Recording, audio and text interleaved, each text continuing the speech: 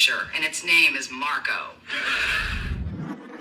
Welcome back, everybody, to Whoote, a Whoote Entertainment production, and you can see this cool nifty shirt that I have. Today's show is going to be so dark. I'm sorry to be the messenger of bad news, but I am going to be today, and it's important that you listen to exactly why things are coming down the pike that are going to be really, really difficult for this country, and I don't know how long they're going to last, but get prepared is the motto. Now, the show today is called Government's Move Toward Cashless Dictatorship, the Ultimate Horror. And it is the ultimate horror because once they do that, and I'm going to tell you a little bit about it as we go on, you're going to be a slave. Okay? You think slavery's bad 200 years ago? You ain't seen nothing yet, because once cash is controlled and you don't have any more of it, you have no privacy, nothing. You are caught with everything. So with that, I'm showing you a bunch of people shackled behind me because that's what we're going to turn into. So please listen carefully. Please like and subscribe. And please share this with your friends. It's so important. Okay, please do that. I mean that, and I'm not doing this just for the hell of it. I'm doing this because this is critical. And with that, we're going to have some neat charts for it coming right up. Action. All right, welcome back, everybody. I'm going to show you something that is really, really important right now, though not a good timing indicator, but it is so out of normal statistical bounds that you cannot ignore it. The first set of charts are a sentiment poll conducted by the American Association of Individual Investors, basically Joe Retail. Now, the thing that you have here that's so important is that if you look at the very end of the chart, we have the lowest number of bulls, people who are positive on the market, than we've had in a long time. And normally the way sentiment works is that when you have too many people that are bullish, you have no one left to buy. When you have too many people who are bearish, you have no one left to sell. It's a contrary indicator and counterintuitive. But trust me when I tell you, when people are too afraid and bearish, that's a time you should not get bared up. Do not follow the crowd. They're going to lead you off a cliff because that's what they do. They're lemmings and it leads you off a cliff, and they're going to do it with Bitcoin. And I'm going to explain that too. You should watch a recent episode called Cryptocurrencies Rest in Peace, and you'll learn things about cryptos that you never knew, and they are not like what you think they are. So individual investors are very bearish. They're wrong often. As a matter of fact, they're almost always wrong. And, they're feeling this incredible level of fear. And the numbers that you see don't even include Friday's trading, which was a bloodbath. So we'll talk about that too, what that means. Another survey that's really important, and these are, by the way, care of Edward Yardeni, who does a terrific research piece. I highly recommend it. And this is the Investor's Intelligence. And that's kind of an oxymoron, if you ask me. These are newsletter writers, and they're not all that intelligent all the time. And they are also a contrary indicator, which shows you that they're not that intelligent. When too many newsletter writers are bearish, that's a good time, to start thinking about buying. You do not have the sufficient condition unless there is the sentiment to support a higher move. You need a lot of bears because that gives you the fuel from them converting into bulls and buying to make the market go up. Similarly, the market goes down when there's too many optimists and they have no one to sell to, and all of a sudden it starts going back down. And people, they tend to be bullish or bearish depending upon the direction of the market. So it tends to have a built-in momentum, and it's always counterintuitive. The minute you start hearing on CNBC that we're in a bear market, we're in a bull market, the minute you hear we're in a bull market, we're in a bear market, and they're so loath to call this a bear market. It is. And Jim Cramer suddenly changed his mind, it appears, because he's always bullish, and now he's saying the market's bearish. That makes me worried a little bit, but no, not really, because we're set up for a bounce, so be very careful. Don't get bared up right now, okay? Wait for the bounce. There'll be another opportunity. Don't be too anxious. Okay, so we're going to go on to the canaries in the coal mine, as I call them, because they are the most sensitive to short-term moves and dumb money. Bitcoin, of course, is the leader because it's nothing but a password. And look at that. It's breaking down from a bear flag. Why is it a bear flag? Because it slopes up. A bear flag slopes positively, a bull flag slopes negatively. And we'll show you several examples of that as we go along. Today's going to be educational too, so take out your pens and pencils, and we're going to give you a nice quiz at the end of the day. No, I'm not going to do anything like that at all. I would flunk the quiz anyway. So Bitcoin, it now looks like it's breaking down below its bear flag, and I have a feeling that these things, these cryptos are finally starting to, lose their luster and their mystery, and people are starting to recognize that they're frauds. And hopefully they're listening to the show and getting that, because they're not doing it on their own. They just buy it thinking that because it's reported everywhere, that it's legit. It's not legit. It doesn't do anything. The only thing it does is it sits there, and with a password. Big deal. Okay, so now the second canary in the coal mine is Tesla. It still has a little bit of life in it, but boy was this the Elon Musk show this week again. The guy cannot stand to not be in the spotlight and say ridiculous things. So this week, or last week, he actually made an offer to buy Twitter at $54.20. I wonder where he got that number. And the Twitter board immediately rejected it as a joke, because it was a joke. But now he's going to go through with it, and they accepted his bid. Okay, so now he's got a problem here that most people don't know about. He's the richest guy in the world on paper, but he has very little in liquid assets. So in order to pay $54.20 or $44 billion for Twitter, okay, he basically has to pledge his stock. He's already sold $8.5 billion worth of stock, okay, to do that, and he still is going to need Morgan Stanley, who's the major financial player, as I understand it, and he's still going to need to borrow more money and pledge more stock.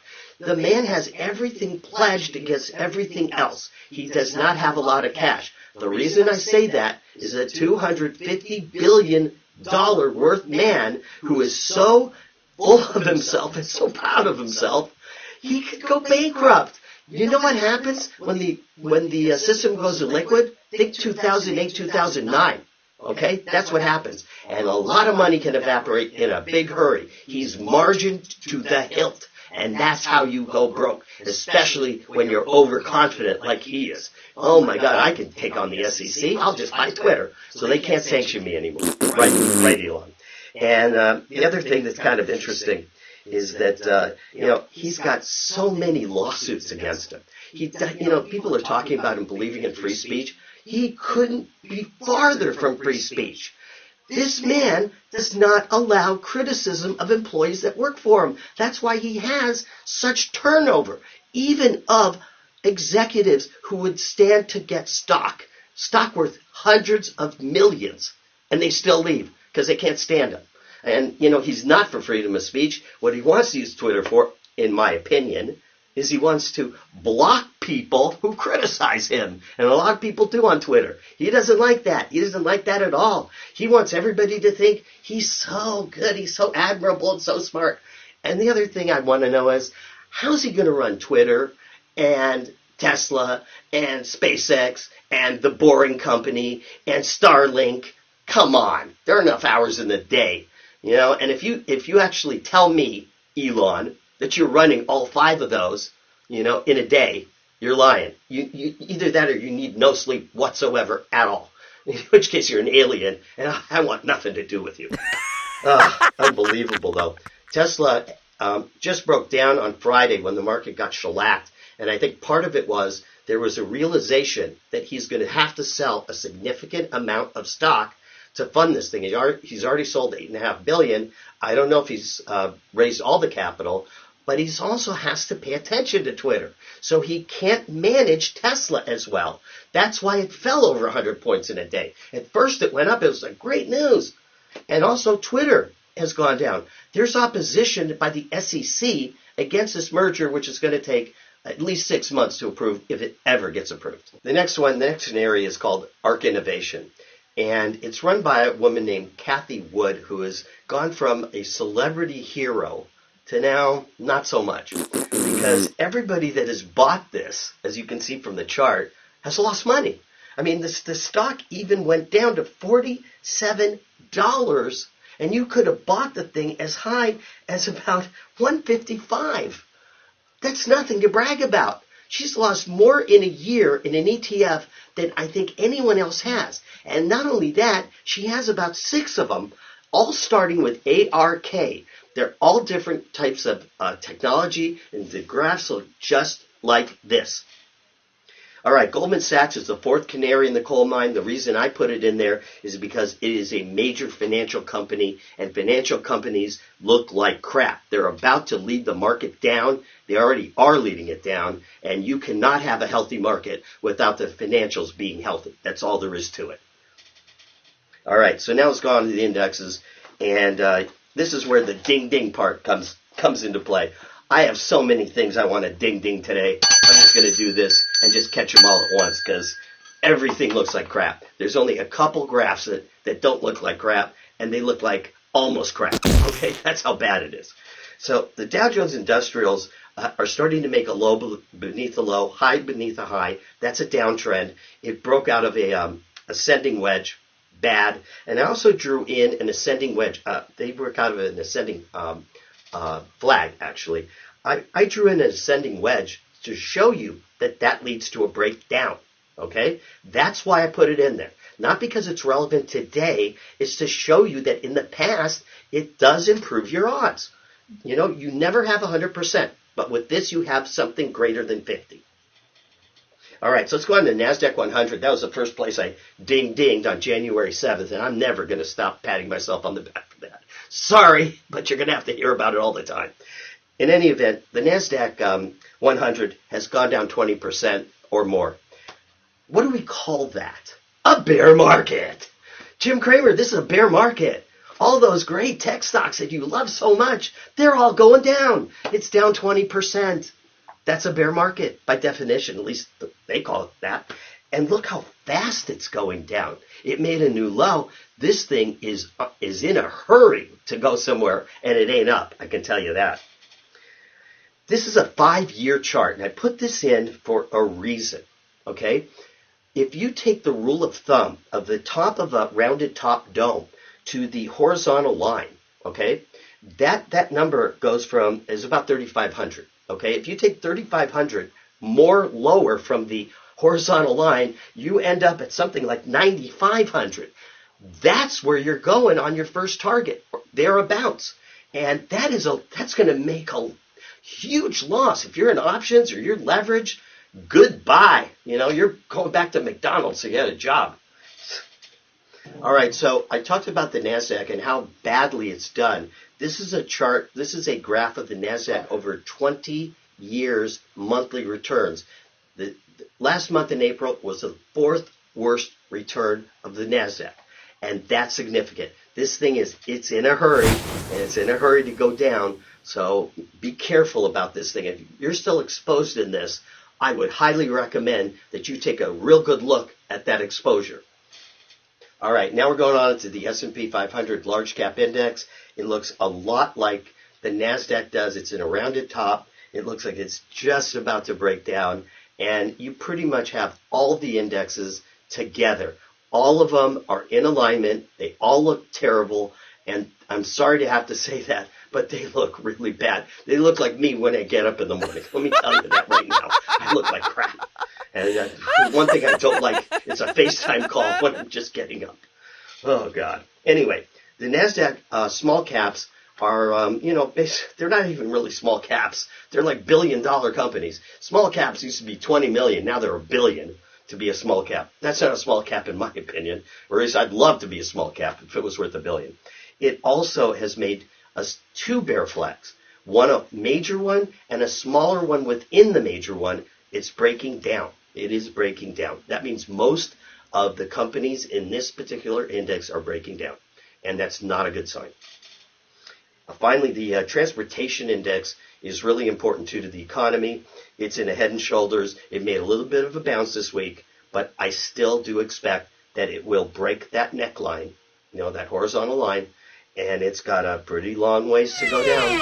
And right now, with gas prices going up, logistics having a problem, bottlenecks everywhere. They're able to actually charge a good amount, but, it's getting worse, not better. So, we'll see what happens here. All right, so we're on to the U.S. dollar. This is key right here because we're going to talk about currencies. And look at this dollar chart. It's going like parabolic. Now, I asked the question, and I don't know the answer. Does this have to do with the reset that's coming? I talked about that last week. Right now, because of the U.S.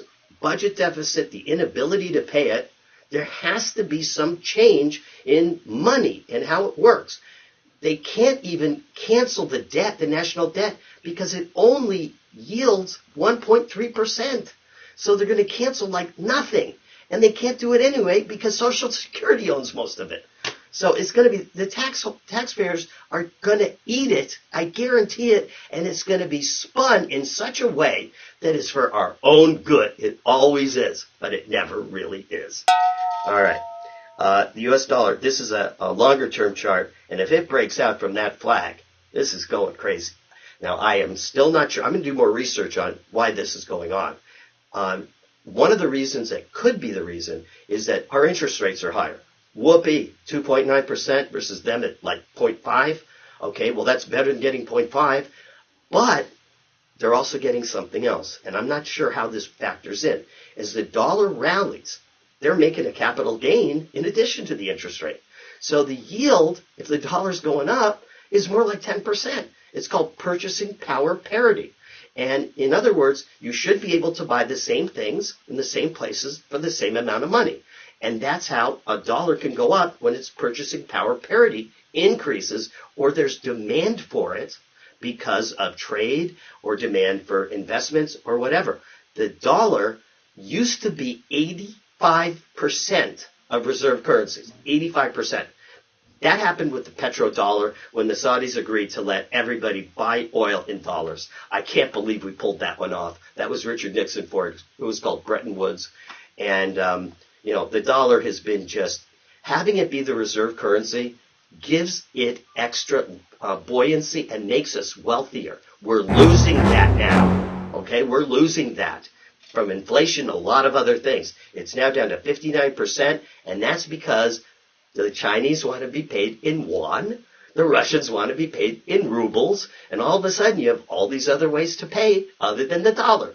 The dollar is not really having the reserve currency ability it had before, and that is major. Trust me, that's major. All right, so if we go into CRB, we have to talk about inflation because no one seems to understand inflation, at least at the administration. It's all like transitory. Oh, don't worry, it'll go away. But politicians, they don't drive their own cars. They have chauffeurs. They get food paid for by them. Probably really good stuff too. So they have no expenses. How would they know that prices are going up? Think about it. They're so insulated from the real people of this world that they don't know anything. Vote them all out, please. Vote them out. Make America laugh again. These people are absolutely the enemy to this country. They are causing all the problems that I'm talking about today. Poor policies, stupid policies, greedy policies. And the CRB is going straight up. Only a couple things have started to come in a little bit, and we're going to talk about those too. The Invesco Agriculture Fund is basically foods. Mr. Biden has already said there's going to be a food shortage, and if the war in Ukraine and Russia escalates, and I just read, literally a few minutes ago on Newsweek, that Ukraine is actually taking some offensive action. Not only that, but the Russians have been cut off from selling things and everything. And also there's rumors that Putin's sick. Now, I don't know if he's really sick or not. I can't believe a sick man would want to go to war. He's already worth something like $60 billion. He's a rich man. Why would you want to do that? I don't understand it. What I do understand is the media lies about everything. So that part I understand, and I don't watch cable news for that reason. And you should not watch it either unless you want to go insane. That's why CNN had to cancel its streaming service because of all the insanities it caused. But then there's the question, is the leading cause of insanity cable news or the other way around? Or is it only insane people or mentally ill people that are the ones that qualify for cable news to put it on in the first place? I don't know. Either way, it's a bad place to be. Corn is everywhere. I mean, corn is probably one of the most important crops because it includes energy. It includes feed for livestock and other, it's in feed and things like that. It's everywhere. It's methanol, it's ethanol, it's, you name it. It's also stuck between my teeth sometimes when I eat it on the cob. But, that happens. Anyway, corn's just zooming up, and this is one of the reasons inflation is not transitory, because it's everywhere. The livestock index has come down a little bit. I'm not sure why. I'm going to look into this. I have a feeling it's come down because the cost of feeding livestock has gone up. Okay, and so they don't want to produce as much or sell as much. Because if corn is an ingredient in what they eat, and it is, well, it costs more to raise farm animals. So that could be it. I'm not sure yet. I'll look into it. Soybeans, looking good. They're going to rally. This is a protein-based plant food. And as we all know, Beyond Burger is something that is so delicious, all 27 chemicals. All right, crude oil. Crude oil is pretty crude, but it's going to go up too. It's in short supply, believe it or not. And, with Russia having a problem actually exporting as much as they want, they just shut down the Gazprom pipeline to Europe. And Germany was all for it. Shut it down. Don't take any more. And now they're paying the equivalent of $300 a barrel for heating oil. Gee, talk about stabbing yourself in the foot or shooting yourself in the foot or whatever the hell the saying is. Unbelievable. In addition to that, they have crummy crude. Now, the Chinese are buying a little bit of it, but interestingly enough, from the reports I see and hear, which I cannot vouch for because it's from the media, but the Chinese are not buying very much Russian oil.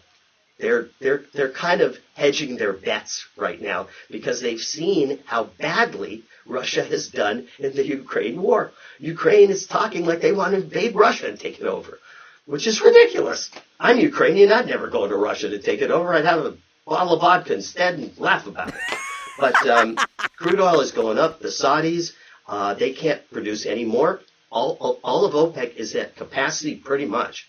So, the price of crude is likely to go up, and it doesn't matter that we have all these electric cars because they run off of power plants and still run off of coal. They still run off of energy themselves. So that's not going to help, even though everybody tells you, what a green technology, it's so good. Have you seen what the battery does? Batteries are in short supply, and they'll be here for 10,000 years. When Martians land here, they'll go, what the hell is this? Who made this thing? It's indestructible. Must have been a weapon. Anyway, let's go on. Okay, so if we look at gasoline, which is a derivative of crude oil, it's as high now as it was in 2008 when it basically broke the bank and created a financial crisis. Okay, now I'm not saying it's going to, but I am saying it's going to because I've already told you it's going to, not necessarily this and everything else. And believe it or not, our wonderful governor of California, Gavin Newsom, he is Nancy Pelosi's nephew. He ought to be independently rich from all those insider tips she gives him. But he wants to tax gas more. And we already have in California the highest gas tax in the country. And not only that, they want their propositions out there to basically give people a stimulus to pay for the extra cost. So you tax them more, then you give them the money back. That is so brilliant. Even I couldn't think of that. Gavin, you're an idiot.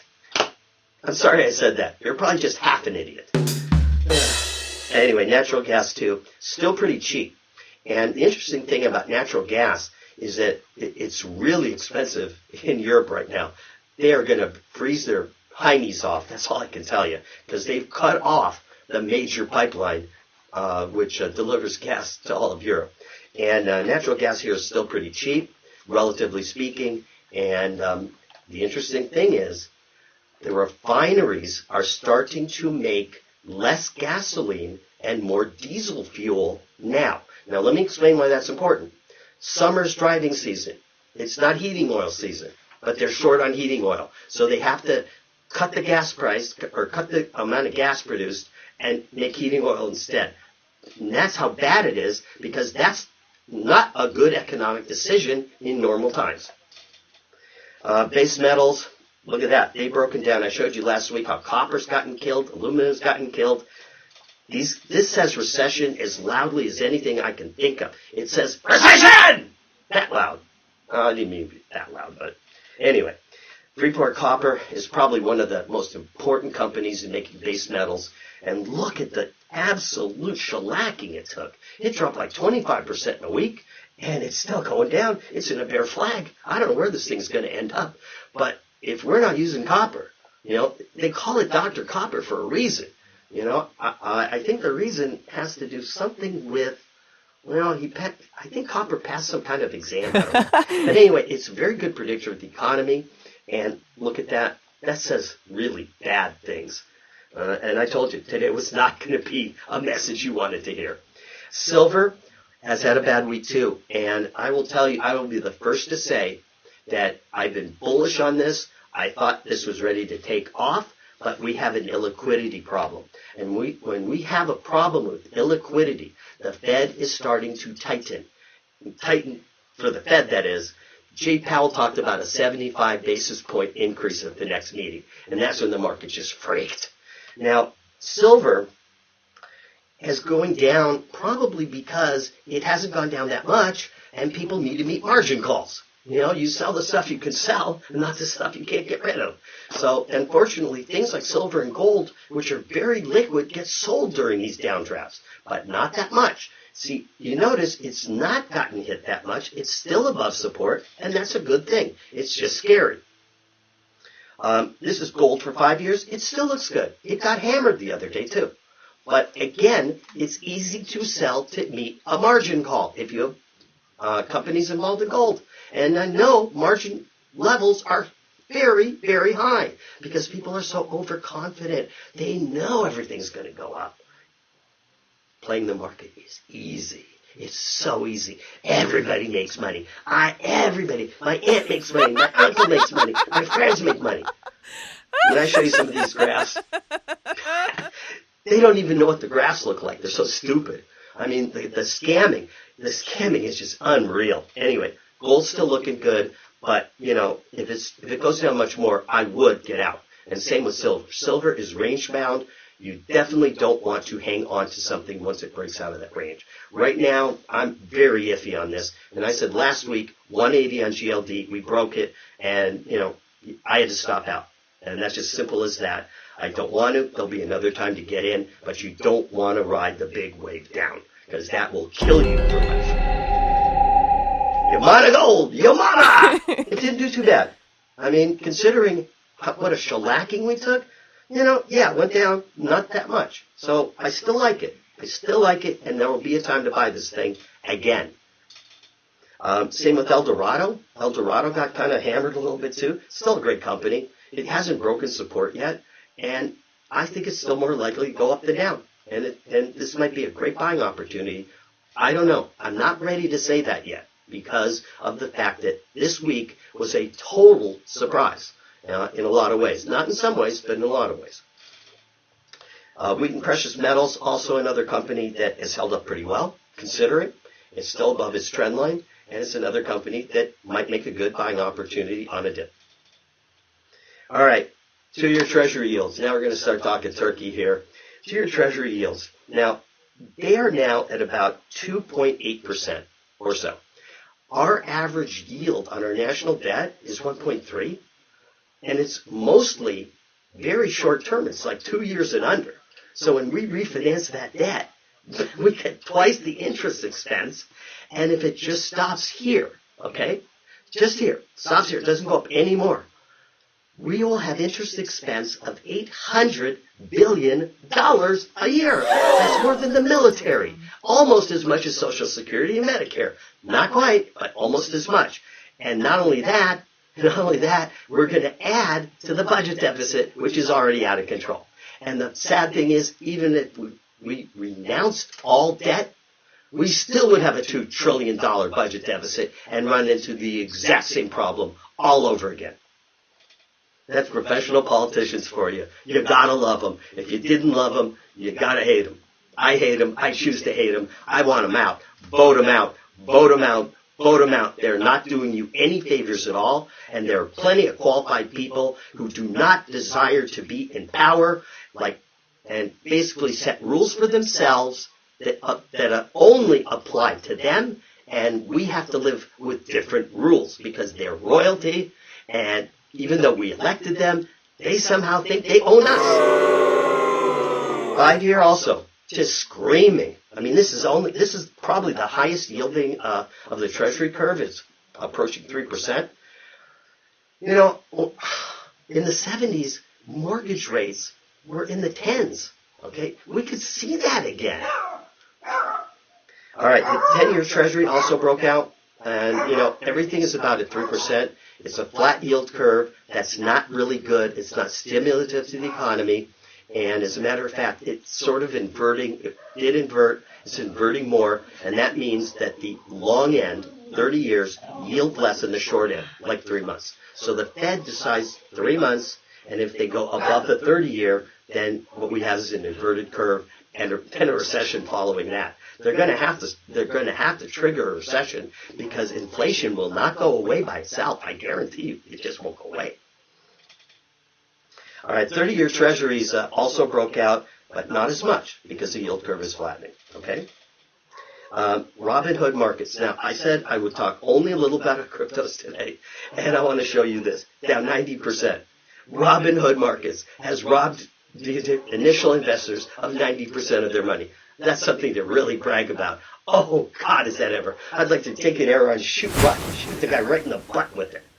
Unbelievable. MicroStrategies, I love to make fun of this company, and look at that. It's about to break, broke another bearish flag, another bear flag. My God, how is this guy going to explain what he did and how stupid it was and finally the day of reckoning comes? All right, Riot Blockchain, everybody says, oh, but blockchain is such a good technology. Really? Look at this. It is at a new low. No one would have made money in this thing. Every other blockchain company is losing money. Or not losing money, but they're not going anywhere. This is not the future. Although everybody will say, oh, it's the future. Yeah, future broke. That's your future if you hold on to stuff like this. All right, the bank index looks terrible. And this is what I was telling you before. Lower lows, lower highs, in succession, a bear flag, and this is all the banks look just like this. Banks, you need to be healthy, or you do not have a healthy economy. They are not healthy. They are not healthy. Wells Fargo, who I will talk about later, all the banking companies had terrible earnings as a result, and the bank index looks terrible.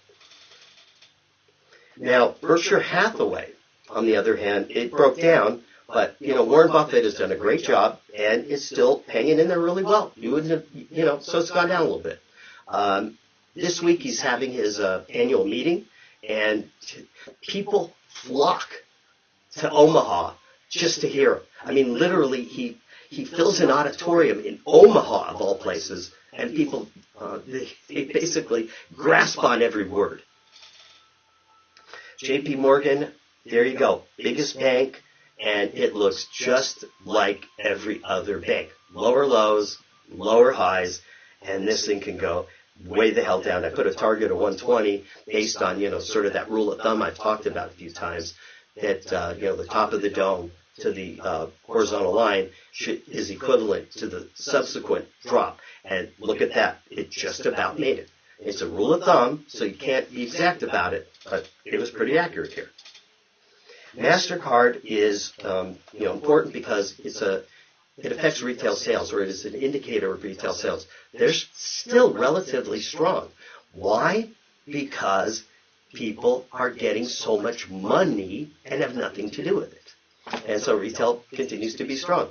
For some reason, the Biden administration doesn't understand that if you don't have more products to buy, all you do is create inflation. Oh, good, I got 5 more pieces of paper. Here, Joe, why don't you issue these to people right here, okay? Because this is called a cryptocurrency, and at least it has intrinsic value, okay? And I'm just going to get rid of this. Ugh. Oh! Oh! You know, I've practiced that shot so many times, and I do that every damn time. All right. So we'll go into Apple now. These are the mega caps.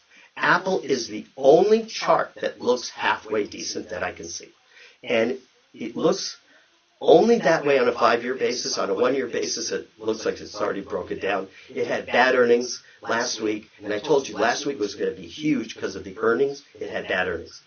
And so did Alphabet, and Alphabet broke down like crazy. And look at that, rounded top, and it just went sliced through it like crazy. And, you know, Alphabet has kind of lost its luster. Still may be a very good company, but they missed earnings, and they just did not pull in a good quarter. I'm kind of surprised because companies have a way of doctoring their financials and making it look like everything's great, but they didn't.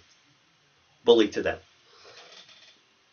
Amazon had a horrible quarter, and look at that. It broke out of that sideways pattern. And I told you a long time ago, that pattern was so important because now that it is trading where it is, everybody that has bought, you know, for the last 2 years is down because they would have had to buy while it was in that horizontal move. So now they're all underwater, and the dynamic changes. All you want to do now is break even. So you sell as it goes up, and that's what causes a bear market. The market goes up, people sell into it, and then it goes down further. And then the short covering starts. Then it goes up a little bit, then they sell into it. Over and over and over. A market does this. It goes up, it goes sideways, it goes up, it goes sideways. Or it goes down, it goes sideways, it goes down, it goes sideways. So when a flag occurs after a spike move, okay, if it's upward sloping, it's a bear flag. It's a bear flag. The reason being, this upward slope makes it easier to break down than a upward slope, a downward slope. Downward slope makes it easy to break up, is what I meant to say. Except, I don't know what the hell I'm talking about. All right, so let's go on to Meta Platforms, my favorite company of all time. And I literally could write a thesis on Mark the Spark Zuckerberg. That's his new name, Elon the Felon and Mark the Spark. So, you know, the guy has absolutely no class whatsoever. Oh, sorry. Excuse me. That's my condition. But anyway, he has no class. He's the most classless individual. For one, he's being sued because of InstaScam. An InstaScam has known that they had a negative effect on the emotions of teenage girls with body image problems. They've known it, and they've milked it. And now they have WhatsApp, which is another scamming site. And WhatsApp is amazing how many people will ask me, are you on WhatsApp? He's hired people to try to get you to use it so that he can sell it for something because it's worth nothing. All right? It's worth nothing. It doesn't charge anything, and all it does is facilitate texting like we really want to do that all day long. Okay, so we're on to Microsoft, and you'll notice here a rounded top reversal, and that is a very bad pattern. And between that and Google and all the others, we're gonna see the NASDAQ 100 go down in earnest because they will pull the market down. And it had a great earnings report. It just so happened that the market didn't go up on the earnings report because there's too many people who own it and want out. And that's the problem. So many people are bought in, they just want to get out, and so these companies cannot go up because there's so much supply ready to sell into. That's the problem right there. So NVIDIA is another one. NVIDIA was looking like the king of the world, and all of a sudden it's lost more than half its value. And NVIDIA could go down even further. Semiconductors, and we're going to show you this because we have a sector chart of it. They're in short supply, supposedly, and yet the companies that make them are going down and they're not making money. Why is that? I have no idea, but I'll try to find out. Netflix, the ultimate horror show. We talked about the horror show about the U.S. economy. You might as well watch it on Netflix because they should report on it. This company is losing subscribers. And as I said last week, they blamed it on password sharing as if that's never happened before. I'm sure it's happened all the time. And if you think it's a problem, then raising your rates is further going to exacerbate that problem. So Netflix, get a grip. All right, Walmart is a bulk retailer, and those are the ones that are doing well. Walmart is going up, and it's doing well because they have very good prices, and they sell in bulk, so you can get very good prices there. Same thing as we'll see in Costco and some of the other ones. Costco too, although that's starting to come in, but again, it had a burst of activity, and even though it was in a bear flag, it broke up. Now, that's interesting because that doesn't happen usually. The fact that the bear flag was pointing up, okay, it's easier to break down than to break up. If you break up, it's usually the end. That's a terminal phase because nothing has managed to take a rest, a break, consolidate. And Costco looks like it's finally hit its crescendo. And, you know, even bulk retailers at some point are going to feel the effects of the economy. All right, FedEx. I don't know that I could show you a graph more ugly than this. FedEx delivers things, except they don't deliver things. You know, when you look at it, it looks absolutely terrible. And that's just such a sign that the economy is in trouble. J.B. Hunt is a big trucker. Look at that. That's a sign we're in trouble. And UPS in a bear flag. And it's broken down from the bear flag. We're in trouble. Vote out the incumbents. Make America laugh again. You know, I guarantee you, it's their policies which cause a lot of this. Gas prices would not be nearly as high, and that's probably one of their problems. And also the logistics. That's another problem, okay? Another problem. And, you know, speaking of the truckers, Pierre Trudeau, who is the president of Canada and supposedly a liberal, actually took money from people who had funded them through FundMe. And that's why a digital currency is going to be such a risk. Because if the government of Canada can unilaterally take money from you, even money from you if you know the person that committed some act that was horrible. If you just contributed $5, they can take money from you. And they've done it. And Pierre Trudeau is a liberal who doesn't believe in liberty. None of them do. They just want you to think so. And that's what's going to happen in this country and why I'm so concerned. Because once you give the United States government the power over knowing where every dollar is spent, our liberties are done. We're slaves. We're like these guys that I showed you at the beginning. We're on the chain gang.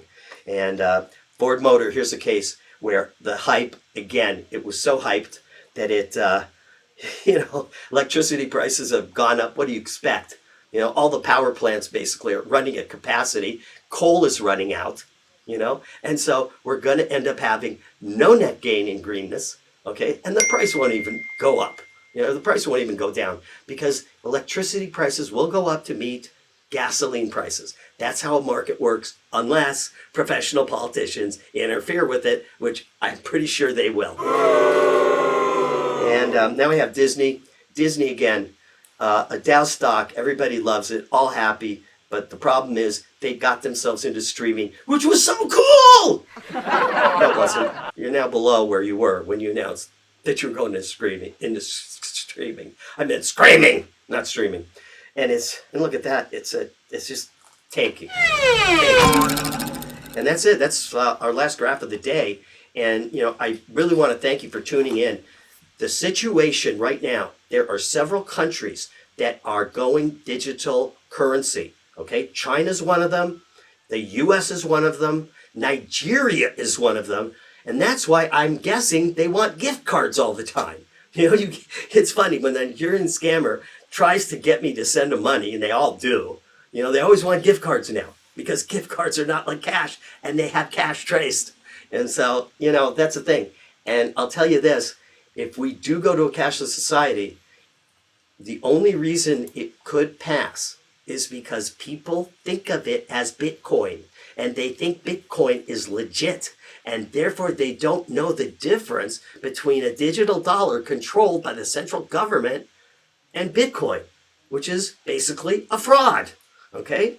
And that's why this is so important. I don't know how the reset's going to go. I'm going to continue to do work on it. I don't want to tell you things to mislead you because it's important to get the right information. So with that, I'd like to say thank you so much. Be informed, be amused, never be misled, never hear, okay? And we'd love to hear your comments. New subscribers are welcome. We're getting them all the time. And we'll see you next time.